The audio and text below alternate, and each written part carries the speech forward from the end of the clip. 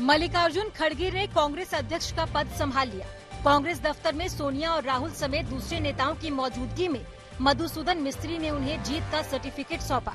कुर्सी संभालते ही मल्लिकार्जुन खड़गे ने बीजेपी पर हमला किया और कहा कि न्यू इंडिया के नाम पर झूठ का सच और सच का झूठ किया जा रहा है। अपने विदाई भाषण में सोनिया गांधी भावुक हो गई और कहा कि आज मुझे राहत महसूस हो रही है। खड़गे के कांग्रेस अध्यक्ष बनने पर बीजेपी ने चुटकी ली और कहा कि उन्हें गुजरात और हिमाचल चुनाव के लिए बलि का बकरा बनाया गया है। गुजरात और हिमाचल चुनाव के लिए सारी पार्टियों ने अपनी तैयारियां तेज कर दी हैं। अध्यक्ष पद संभालते ही मल्लिकार्जुन खड़गे ने कांग्रेस की केंद्रीय चुनाव समिति के साथ गुजरात चुनावों को लेकर माथापच्ची की और 60 सीटों पर चर्चा की। अरविंद केजरीवाल और पंजाब के सीएम भगवंत मान 28 अक्टूबर को चुनाव प्रचार के लिए गुजरात पहुंच रहे हैं। इस बीच बीजेपी ने हिमाचल में चुनाव प्रचार का ब्लूप्रिंट तैयार कर लिया है। सूत्रों के मुताबिक प्रधानमंत्री नरेंद्र मोदी हिमाचल में 4 रैलियां करेंगे। 5 नवंबर को 2 और 9 नवंबर को 2 रैलियां होंगी। ऋषि सुनक के बहाने बीजेपी पर विपक्ष का हमला जारी है।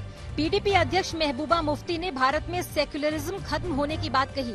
जम्मू कश्मीर के विलय दिवस पर श्रीनगर के पार्टी दफ्तर में आयोजित कार्यक्रम में पीडीपी की मुखिया ने कहा कि नरेंद्र मोदी के प्रधानमंत्री बनने से पहले हमारे पास मुस्लिम राष्ट्रपति था और सिख पीएम था, लेकिन जब से नरेंद्र मोदी ने सत्ता संभाली है तभी से हालात बिगड़े हैं। देश में मुसलमानों और दलितों को टारगेट करके लिंच किया जा रहा है। महबूबा ने कहा कि हम नहीं चाहते कि इस देश में गोडसे और गुजरात मॉडल लागू हो। जैसे जैसे छठ पूजा नजदीक आ रही है वैसे वैसे सियासत स्पीड पकड़ रही है। बीजेपी ने उपराज्यपाल को चिट्ठी लिखी है जिसमें कहा गया है कि केजरीवाल छठ का सियासी इस्तेमाल कर सकते हैं, इसीलिए छठ घाटों की साफ सफाई करवाई जाए।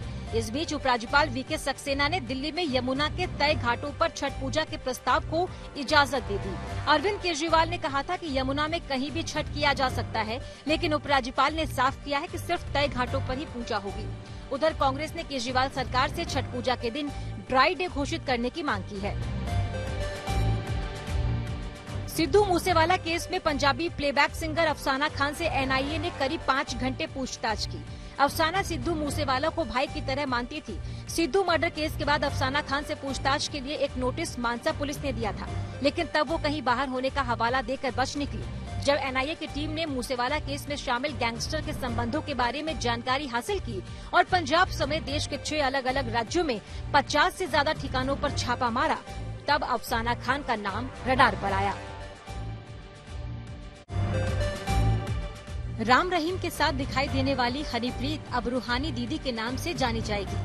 पैरोल पर जेल से बाहर आए राम रहीम ने हनीप्रीत का नाम बदल दिया है। राम रहीम हनीप्रीत को दत्तक बेटी बताता है। राम रहीम ने हनीप्रीत का नाम बदलने की वजह भी बताई और कहा कि इसका उच्चारण आसान है। राम रहीम 2017 में बलात्कार के लिए दोषी ठहराए जाने के बाद 20 साल की जेल की सजा काट रहा है और फिलहाल पैरोल पर बाहर है।